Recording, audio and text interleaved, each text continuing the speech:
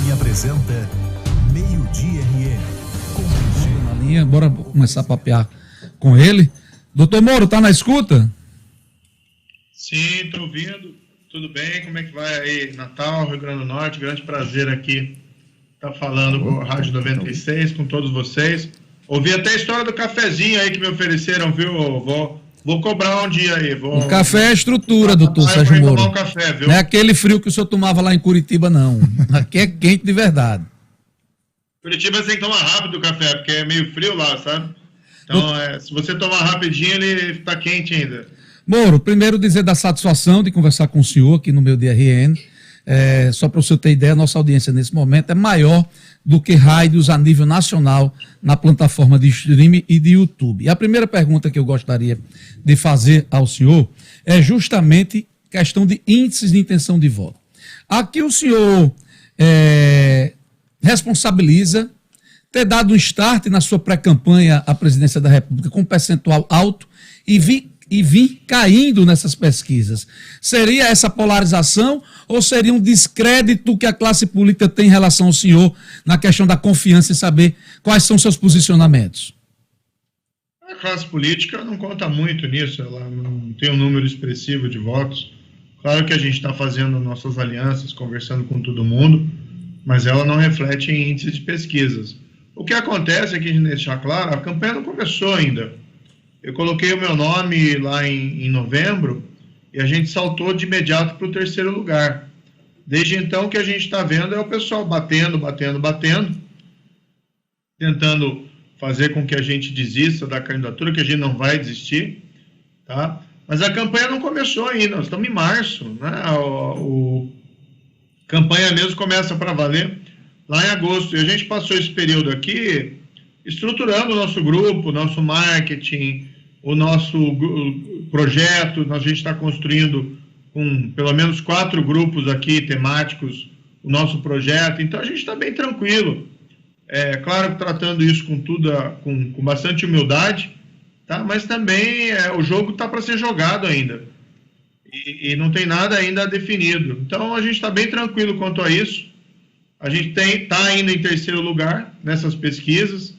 Tá, mesmo essa, até ouvi você mencionar, mas essa pesquisa que foi destacada agora, ela tem 2 cenários, e no segundo cenário nós estamos ali em terceiro lugar. Acabou de sair uma outra, também no outro Instituto de Pesquisa do Poder 360, que a gente está em terceiro lugar. Então a gente está tranquilo, porque a gente sabe que os brasileiros não vão buscar uma resposta para o futuro num governo do passado, que é do Lula, que deu errado, e nem num governo do presente, que é do Bolsonaro, e decepcionou todo mundo. Tem uma larga avenida aí para a terceira via. Moro, você surge como alternativa de terceira via e faz um pacto aí com os partidos que têm candidatos para ocupar essa terceira via. Esse pacto começa a ruir. O União pelo Brasil, o MDB e o PSDB deram sinais ontem que vão se compor para manter uma candidatura, escolher um nome que não seria o do senhor. Ao mesmo tempo, o Dória faz uma crítica pública ao senhor. O senhor disse, inclusive, que deveria se ter um acordo para evitar essa situação, onde fala que o Arthur Duval teria contaminado e prejudicado sua candidatura a presidente. Qual a sua avaliação? Não, esse pacto, essa conversa está ocorrendo, né, entre os partidos, o Podemos, o MDB, União Brasil e o PSDB. Não tem nenhum pacto que foi feito e ruiu, não. Tem nada disso. Tem um diálogo que está sendo permanente. Esse diálogo está começando, na verdade. Então não tem nada ruído, não, viu? Isso aí não está correto, não. Quanto à afirmação do Dória, não. Veja, o que aconteceu, um episódio infeliz, o deputado Arthur lá deu aquelas declarações inaceitáveis e a gente prontamente repudiou. A gente deixou muito claro, a gente não aceita violência moral contra as mulheres. Aliás, a grande lição a ser aprendida nesse episódio é que nós, homens, nós temos que erguer a voz e censurar quem faz esse tipo de declaração.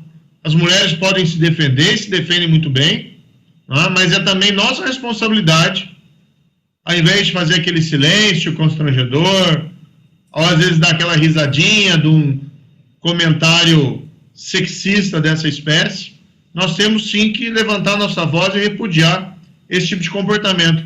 que a gente fez no primeiro momento, quando saíram a divulgação daqueles áudios, quando aquilo se tornou público, a gente não tinha conhecimento, evidentemente, antes, quando aquelas declarações inaceitáveis feitas contra as mulheres pelo deputado se tornaram públicas, nós prontamente rejeitamos, censuramos, ainda que ele estivesse ali construindo uma aliança com a gente, e deixamos muito claro que no nosso palanque não tem espaço para pessoas que fazem esse tipo de declarações. Então, no fundo, é um episódio que retrata, mais do que tudo, o nosso caráter. A gente não tem compromisso com erro, não. E não vamos ficar passando pano para gente que faz coisa errada. A gente não ignorou os crimes lá que a gente investigava na Lava Jato. A gente não protegeu a família e o presidente Bolsonaro contra investigações, e por isso eu tive que sair do governo. E a gente não vai ficar defendendo coisa errada, não. Se você está na política, é para você fazer a coisa certa. Isso que a gente tem que mudar no nosso país. Então, isso não me prejudicou coisa nenhuma na minha candidatura. Foi uma declaração aí que o governador Dória fez e, sinceramente, não concordo com ele, não tem nada a ver. O senhor reafirma em todas as suas entrevistas a questão da correção à frente da Operação Lava Jato, das condenações dos corruptos, de quem tinha feito o errado, e a justiça, nos últimos tempos, entende que isto não foi da forma que o senhor disse, que o senhor teria ultrapassado todas as linhas para conseguir chegar àquelas condenações, principalmente o STF. Como é que o senhor analisa essa mudança e essa situação? Deixa eu só acrescentar. Não ultrapassamos linha nenhuma. O que acontece nesse país é que nós vivemos a regra da impunidade e da corrupção. Se você é rico e poderoso, você está acima da lei. A Lava Jato quebrou essa regra. E a gente viu pela primeira vez. Foram mais de 150 condenações. Quando que você imaginava que um governador do estado de Rio de Janeiro ia ser preso? Quando você imaginava que um presidente da Câmara ia ser preso? Quando você imaginava que um presidente da República ia ser preso? Quando você imaginava que o dono da Odebrecht, a maior empreiteira do país, que diziam que mandava no país, ia responder pelos crimes praticados? A Petrobras, por conta da Lava Jato, recuperou, e isso é uma declaração oficial da própria Petrobras, recuperou 6 bilhões de reais. Tá? Então, essa corrupção existiu. Enquanto a Lava Jato estava lá, ela funcionou e as pessoas foram punidas. Hoje, o que a gente está vendo aqui, tristemente, é um desmantelamento do combate à corrupção. Não tem ninguém mais sendo preso no Brasil por corrupção, porque esse governo, infelizmente, acabou com o combate à corrupção. Tá? Com a ajuda de parte do STF, com a ajuda de parte do Congresso, e é isso exatamente que a gente quer mudar. Se você quer ter um país honesto, em que ser íntegro vale a pena, e que você quer ver gente que faz coisa errada, que rouba, mesmo sendo poderosa, respondendo pelos seus crimes, sendo julgado e indo para a prisão, então é o nosso projeto que você está procurando. Moro, então... A gente vai fazer o seguinte, vamos propor o fim do foro privilegiado para todo mundo, inclusive para o presidente da República. Autonomia da Polícia Federal para investigar. Fim da reeleição para presidente da República. Tem uma relação com tudo isso. E a volta da execução em segunda instância. A gente tem um compromisso aqui, seriedade, com honestidade.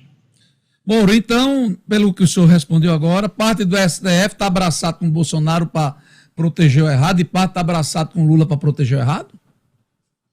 Não, olha, a gente respeita o Supremo Tribunal Federal como instituição.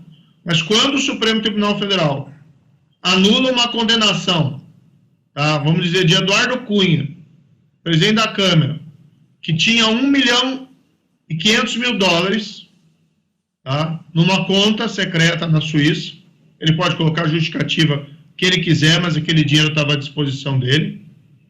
Quando a gente tem o rastreamento desse dinheiro e vê que isso veio de um contato da Petrobras, e ele é condenado na Lava Jato, cumpre lá 4 anos de prisão e se anula essa condenação, o recado que o Supremo está mandando é que o crime compensa.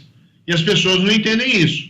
Quando o Supremo anula uma condenação do Lula, Não por dizer que ele é inocente. Ninguém nunca disse isso.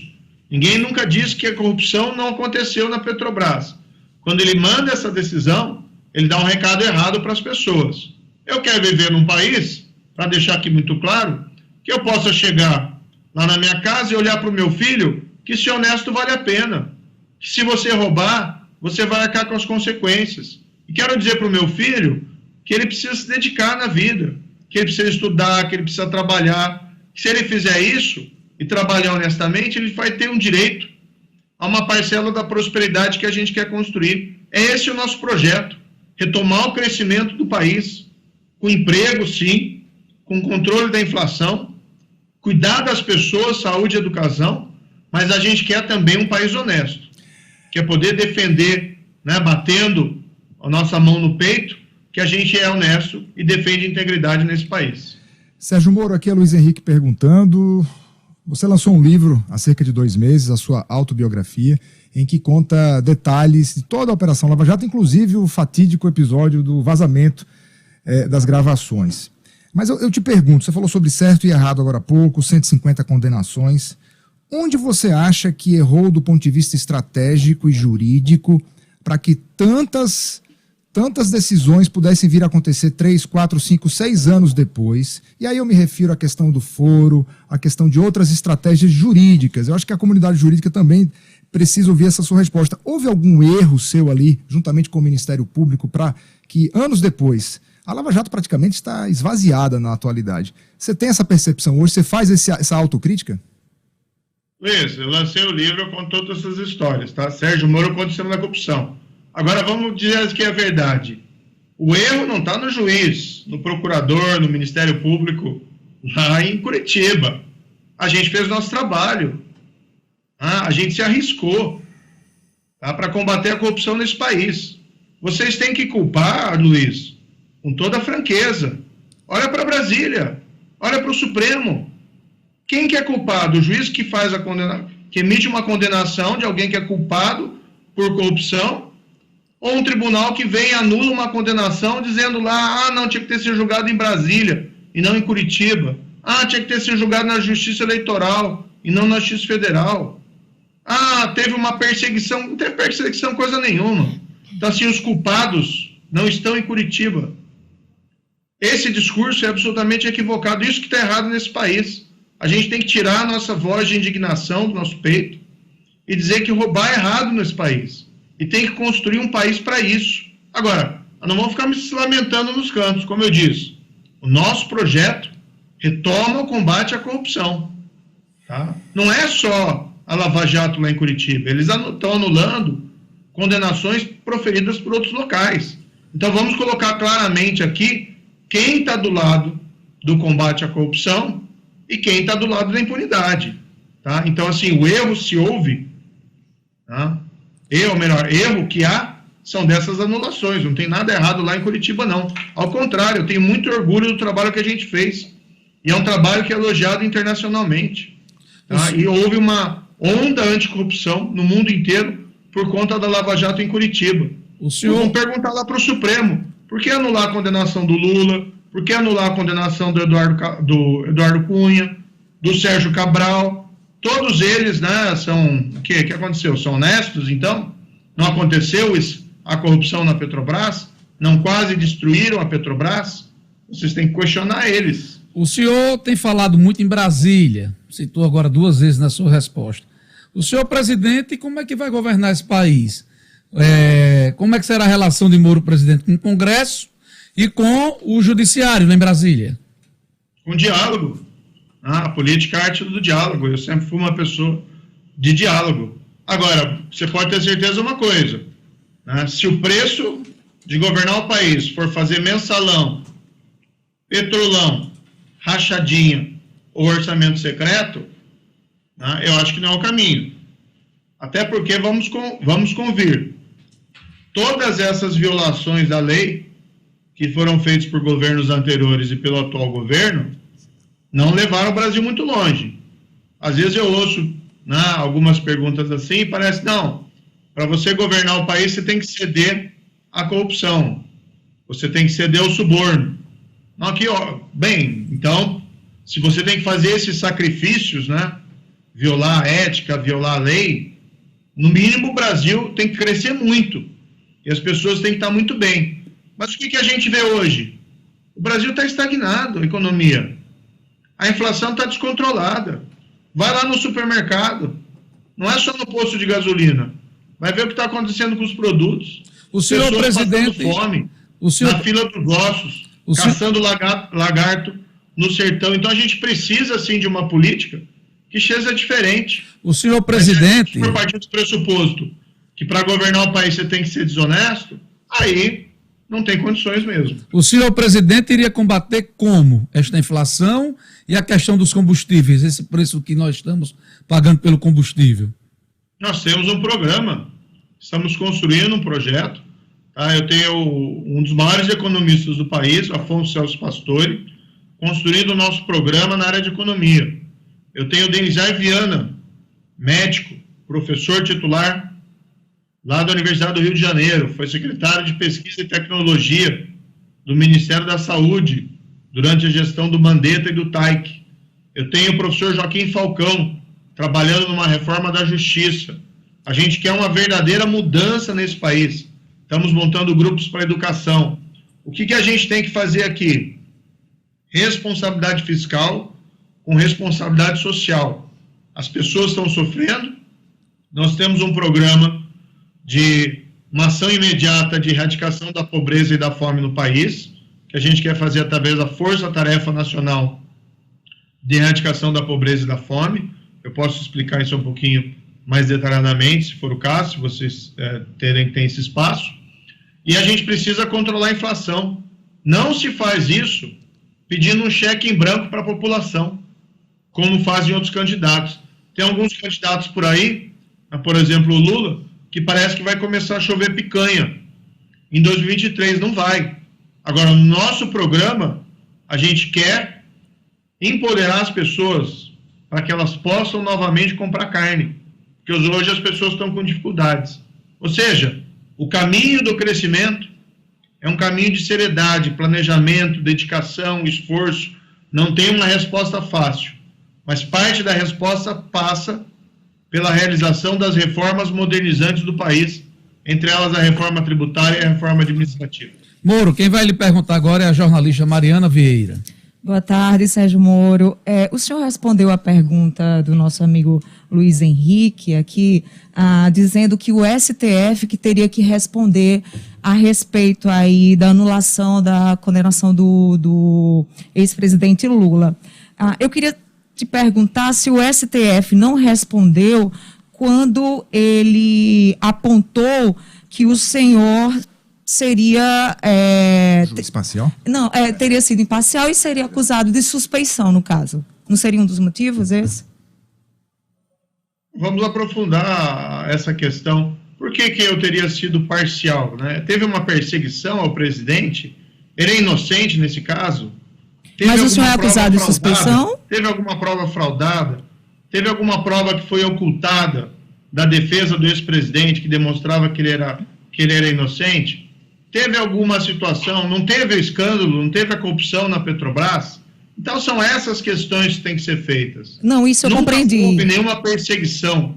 Mas o senhor responde por isso? Ele era acusado de um crime no processo. Eu era juiz. O Ministério Público o acusou com base numa investigação da Polícia Federal e eu proferi decisões. Eu proferi decisão que foi confirmada pelo Tribunal Regional Federal de Porto Alegre, por 3 outros juízes que entenderam que o Lula era culpado. No STJ, outros 5 magistrados entenderam que o Lula era culpado. Ou seja, não fui só eu que proferi essa decisão. Nunca foi uma vendetta pessoal minha, uma cruzada minha contra o Lula. Essa história não corresponde à realidade dos fatos.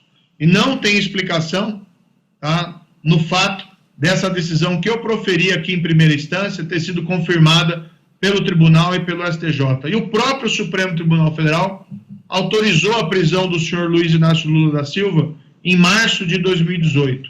Ou seja, com todo respeito ao STF, e vamos dizer aqui que teve votos vencidos nesses julgamentos, nunca houve nenhuma perseguição ao Lula. O que nós estamos vendo aqui é, novamente, Se você é rico e poderoso, você está acima da lei. É aquele país do sabe com quem você está falando. Não é esse país em que eu acredito. Eu acredito num país, sim, com prosperidade para todos, mas também um país que ninguém está acima da lei. E é isso que é o nosso projeto. Sérgio Moro, constantemente a gente vê os seus opositores aí, especialmente Ciro e o Dória, dizerem que o senhor falta profundidade nos problemas do país, né? Que o senhor não tem essa profundidade nas questões do país, a não ser sobre corrupção, considerando principalmente que o Brasil é um país complexo e aí com inúmeros problemas. Não seria prematuro o senhor iniciar a sua carreira política justamente como presidente da República? Não seria ousado, sem de repente passar pelo Legislativo? Olha, eu sou tão preparado como qualquer outro. Aliás, eu estudei a minha vida inteira, conheço de vários assuntos e nós montamos equipes. Nós temos equipes de pessoas altamente qualificadas. Agora, eu posso te assegurar que eu tenho participado dessas discussões e eu tenho um entendimento muito claro sobre as grandes questões do país, tanto em matéria de saúde, educação, como economia. Por exemplo, eu posso te dizer com certeza que essa proposta do Lula e do Ciro, de que eles vão gastar o quanto eles puderem para o país voltar a crescer, vai nos levar a uma recessão como nós tivemos durante o governo Dilma, que foi a maior recessão da história. Para você ter uma ideia, hoje, a gente ainda não recuperou a renda per capita que a gente tinha em 2013. Tá? A renda per capita é a total da riqueza do país dividido por número de habitantes. Em 2013, nós tínhamos uma renda per capita maior do que a de hoje. Ou seja, o governo do PT e agora o governo de Bolsonaro fez com que nós perdêssemos 9 anos. Então, nós temos aqui claramente um governo que não deu certo no passado e um governo atualmente. Então, nós temos sim que ter programas sociais robustos, as pessoas estão sofrendo, a gente tem que voltar a crescer, mas como é que você faz isso pedindo um cheque em branco para as pessoas? E a gente pode explicar para o cidadão em casa. Você mesmo controla as suas despesas em casa. E você sabe que você não pode gastar mais do que você ganha, porque senão você faz dívida. E quanto mais você faz dívida, mais dificuldade você tem a pagar. E normalmente quando você aumenta a sua dívida, o juro que você paga na dívida aumenta. E isso gera uma bola de neve. É o que vai acontecer com o Brasil nessa história de pedir um cheque em branco para a população. Então, o que a gente quer fazer? A gente quer ter uma âncora fiscal, a gente quer ter um teto de gastos, que isso é essencial para estabilizar a relação entre a dívida e o PIB, tá? E a gente precisa fazer as reformas modernizantes. Por exemplo, unificar os tributos sobre o consumo. Por exemplo, fazer uma reforma administrativa para a gente ter serviço público de qualidade. A gente quer, o pai de família quer mandar o filho dele para uma escola pública de qualidade. Quer que se a pessoa quer ser atendida no hospital público de qualidade. A gente tem rodado o país, tá? Porque a gente também não está construindo esse projeto somente com especialistas. Estamos conversando com as pessoas. Moro, o senhor fez parte deste governo, que o senhor tem criticado bastante, durante 1 ano e meio. Não tem nada que preste nessa gestão? Nada se salva? Não, não é um juízo dessa forma, mas vamos colocar aqui claramente, né? O país está estagnado. Tem alguém satisfeito com a economia do país hoje? Não, o Banco Central... Mas esse problema da economia, ele é mundial ou é local? 3%. Oi? O problema da economia, ele é mundial ou é só no Brasil? Olha, o real foi a moeda que mais se depreciou durante a pandemia, frente ao dólar. As outras moedas do mundo, elas tiveram um valor maior, cresceu a cotação delas em relação ao dólar. Por que no Brasil não cresceu? Por que no Brasil hoje a gente está enfrentando esse problema do fertilizante? Não sabiam antes que o Brasil era dependente de importação de fertilizante? Mas sabia que ia ter guerra, doutor Moro? Sabia que ia ter guerra? Tá. Em 2009, você pode procurar um artigo escrito pelo ministro Reinaldo Stefanes, da Agricultura, dizendo o seguinte, em 2009,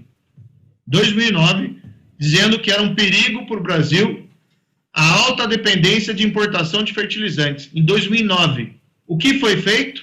Nada. Pelo governo do PT, nada. Pelo governo de Bolsonaro, nada. Agora, quando ocorre uma situação de emergência, fica esse Deus nos acuda. O país tem que se preparar para essas situações de emergência. A gente está vendo aqui, vamos colocar sinceramente, que a gente vai viver num mundo cada vez mais instável. Ninguém imaginava que ia ter uma pandemia.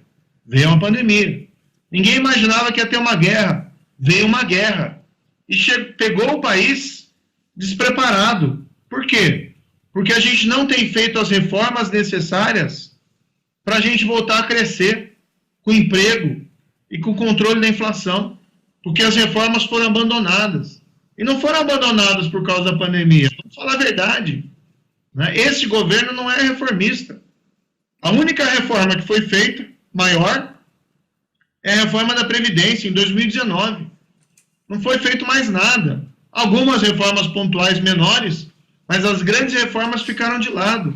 Por quê? Porque o governo está mais interessado em reeleição. Porque o governo abraçou o centrão, a fisiologia da política. Hoje quem manda no governo é o centrão, não é mais sequer o presidente. Ou seja, ou a gente começa a tomar decisões e de encarar os desafios para preparar o Brasil para o futuro, inclusive para situações de emergência, tá? Ou a gente vai viver nessa eterna armadilha de baixo crescimento e sujeito a crises periódicas. Né? Preparar o país, né? Você fazer o país se preparar, inclusive, para situações de emergência. O senhor tem compromissos, e eu queria fazer a última pergunta, vou passar para Luiz Henrique fazer a última dele e também para a Mariana fazer a última pergunta dela. Quem está nos acompanhando é o presidente do Podemos aqui no Rio Grande do Norte, o advogado Felipe Madruga, e eu queria pontuar uma questão e fazer a pergunta. Primeiro que o real, não sei se o senhor tem acompanhado, em 2022 é a moeda que se valorizou mais no mundo. E a pergunta: o senhor presidente do Brasil, nesse mundo estável que o senhor disse que vai virar normal e cada vez mais será estável, o senhor investiria muito em armamento para nos defender e nos dar segurança? Não, eu falei a depreciação do real em 2021. Foi a moeda que mais se depreciou. E aí fez com que o combustível fosse para essas alturas. Aí quando pega o Brasil agora nessa crise, sim, o dólar foi se acomodando nesse ano, mas ainda está alto, está bastante alto. Só que isso não caiu o suficiente para nos preparar para esse problema da elevação do preço de combustível lá fora. Hoje vamos lá, vamos no posto de combustível. O retrato do governo que não deu certo, você encontra no posto de combustível. Combustível é R$8, a R$11, mas não é só lá. Às vezes as pessoas querem que a gente se engane e só está lá o problema. Vai lá no supermercado ver a conta. Veja a conta de luz da sua casa. Veja as pessoas na fila dos ossos para poder comer. Veja a pessoa lá sem emprego. Dizer que esse governo deu certo, né? Aí não dá, né? Ninguém compra essa história. Agora veja, aproveitando aqui, quero mandar um abraço para o Felipe Madruga, que está aí, né? O presidente do Podemos Rio Grande do Norte.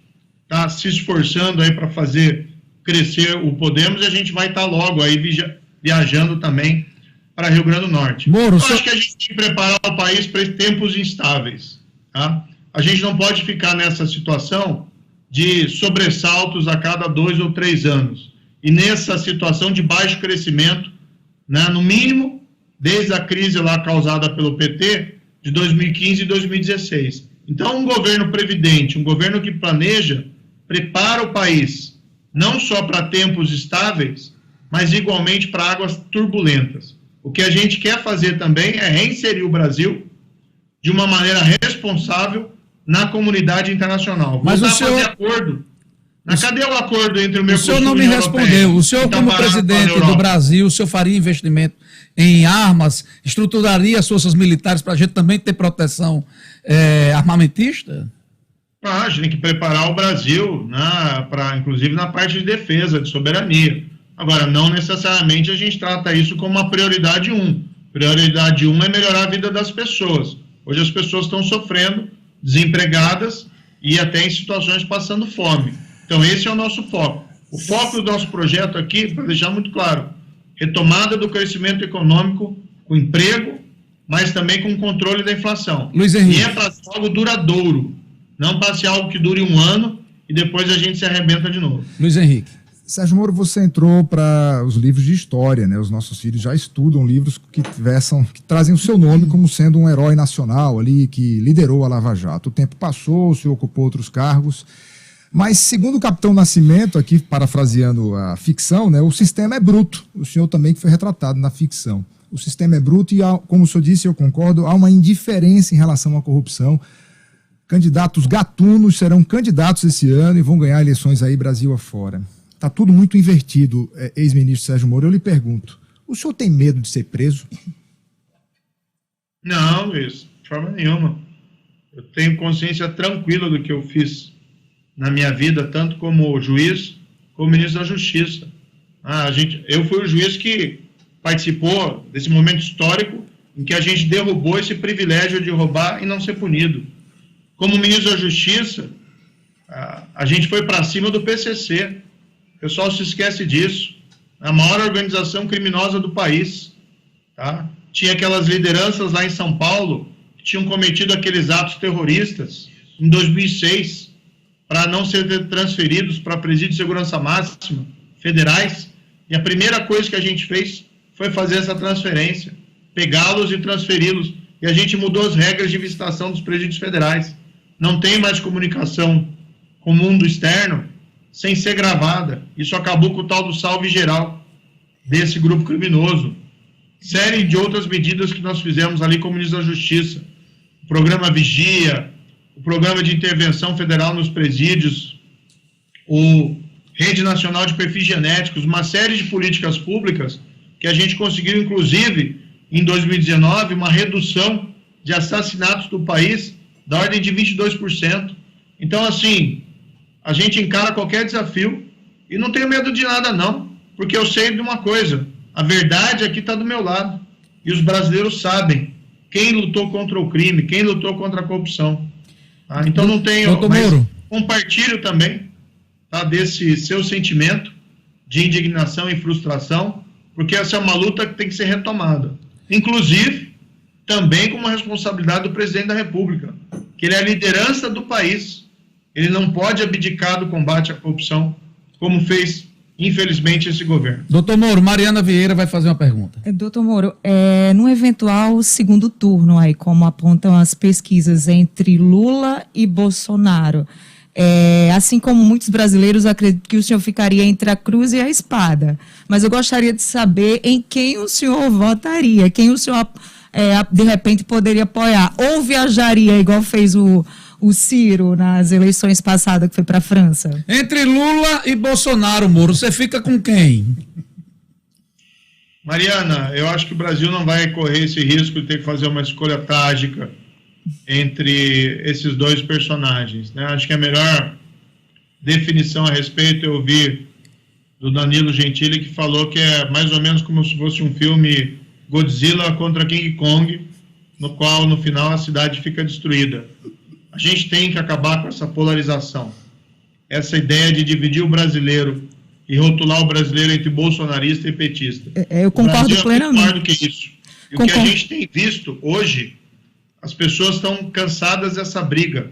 As pessoas querem soluções para os problemas dela, como que a gente se propõe a fazer no nosso projeto. Moro. Com honestidade e com integridade. Então, eu não acredito num segundo turno entre Lula e Bolsonaro. Nós estamos em março. Na eleição em outubro. Então as pessoas têm como, não, vai ter que escolher um ou outro. Não. A pior coisa que a gente pode fazer é se resignar entre uma coisa ruim e uma outra, não sei se é pior ou tão ruim quanto. E eu não sei qual que é a ordem aí que a gente consegue colocar, qual que é pior. Doutor Moro, o senhor falou em Danilo Gentili, me veio à cabeça o MBL. O senhor ainda está parceiro do MBL? Como é que está a relação com o MBL? O MBL é um movimento que nos apoia, assim como outros movimentos, como Vem Pra Rua, Grupo Patriotas, Brasil Consciente, todos aqueles grupos que se insurgiram contra a corrupção durante o governo do PT e os desmandos, mas que também não aceitam os desmandos do governo Bolsonaro. Então é um grupo de apoio ao nosso projeto. O meu partido político, no qual eu estou filiado, é o Podemos. E veja quem a gente tem no Podemos no Rio Grande do Norte. É o Felipe Madruga, que a gente estava falando aqui, e temos o senador Stevenson. Então, são esse tipo de pessoa que a gente quer na política. É gente íntegra, gente que a gente possa andar do lado e não ter vergonha. É gente que a gente possa confiar. Então, pensa, né, vou colocar para os nossos ouvintes, dá uma refletida, quem está do lado dos outros candidatos? Né? Quem está do lado lá do Lula? Quem está do lado do Bolsonaro? Né? Quem está do meu lado? Olha para o teu estado mesmo e faz essa reflexão. É esse novo Brasil que a gente quer construir. Doutor... E aqui não é nova política, não. Não é nem velha política. É política clássica. Governo tem que buscar o bem comum. Aristóteles já dizia isso.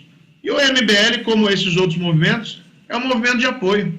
Ok, doutor Moro. Deixa eu agradecer a participação do senhor aqui no meu DRN. Foi uma satisfação. Muito obrigado, mais uma vez, pela oportunidade. Eu estou devendo uma visita aí a Natal. Já tive outras vezes a visita. E uma das vezes, para mim, é memorável, que eu passei parte da minha lua de mel há 23 anos atrás, com a minha esposa Rosângela. Aqui, né? Natal, mas eu quero voltar aí como pré-candidato a presidente. E quando vier, venha no estúdio. Um abraço, doutor Moro. Obrigado. Quero ver se tem aquele café mesmo aí. Tem um café sim. Olha, Olha, acabamos de conversar com o pré-candidato à presidência da República, o ex-juiz, ex-ministro Sérgio Moro, respondeu tudo que foi perguntado. A Luiz Henrique ficou excitadíssimo, Mariana, com a entrevista com o ministro Sérgio Moro. E o doutor Moro falou uma coisa importante aí, que são as declarações que o ex-presidente Lula tem dado, Mariana. Cada dia que passa, mais assustadoras e com menos responsabilidade, né? Ele disse ontem que vai gastar o que for preciso quando tiver na presidência da República para não deixar a situação da população difícil. Demagogia, Lula virou craque nisso. Demagogia, pilantra, tudo que tem de ruim vem entrar numa declaração dessa porque não tem a mínima responsabilidade com a questão fiscal do país. E até hoje nós sofremos a irresponsabilidade do governo Dilma, pagando um preço altíssimo, inclusive na energia que não para de crescer. Luiz Henrique quer até fazer um comentário por essa falta de responsabilidade. Ora, você não alimenta as pessoas que estão em dificuldade na rua dando esmola. Você resolve aquele problema instantâneo, mas você não cria plataforma nenhuma para o futuro. O que Lula está dizendo é exatamente isso. Vai gastar o que for preciso para resolver o problema. Demagogia barata e que nos custa cada dia mais. Esse tipo de política a gente devia dar as costas e ter aversão a ele. A gente sabe que isso não é possível, né? Eu achei muito populista a frase do ex-presidente Lula, e quero ler, abre aspas, não tem que limitar, porque quando limita é para gastar menos para o benefício do povo. E aí ele segue dizendo que o eventual governo dele trabalhará para recuperar os direitos do povo pobre. Olha, e como se não bastasse um pré-candidato, já foi o outro que foi à praça pública ontem dizer o seguinte, que comprará, eu me refiro a Ciro Gomes, comprará todas as ações da Petrobras se presidente for eleito. Veja, estão brincando. Nós estamos fritos. Estão brincando. Isso pode até agradar, Luiz, ao ouvido de um, ao ouvido de outro, mas você mesmo dentro da sua casa, você não faz isso. Eu acho que é ludibriar, não é agradar, é ludibriar. Estão falando só para os seus torcedores. Aí eles falam para esse torcedor. Então, enquanto não continuarem falando para os seus torcedores, e Bolsonaro tem feito a mesma coisa, aí vão continuar com esses índices aí, e é preciso entender que tem 30%, 40% da população brasileira que quer ouvir algo de bom senso, porque não se conserta uma economia brasileira com poucas palavras ou só com verborragia. Não, o bom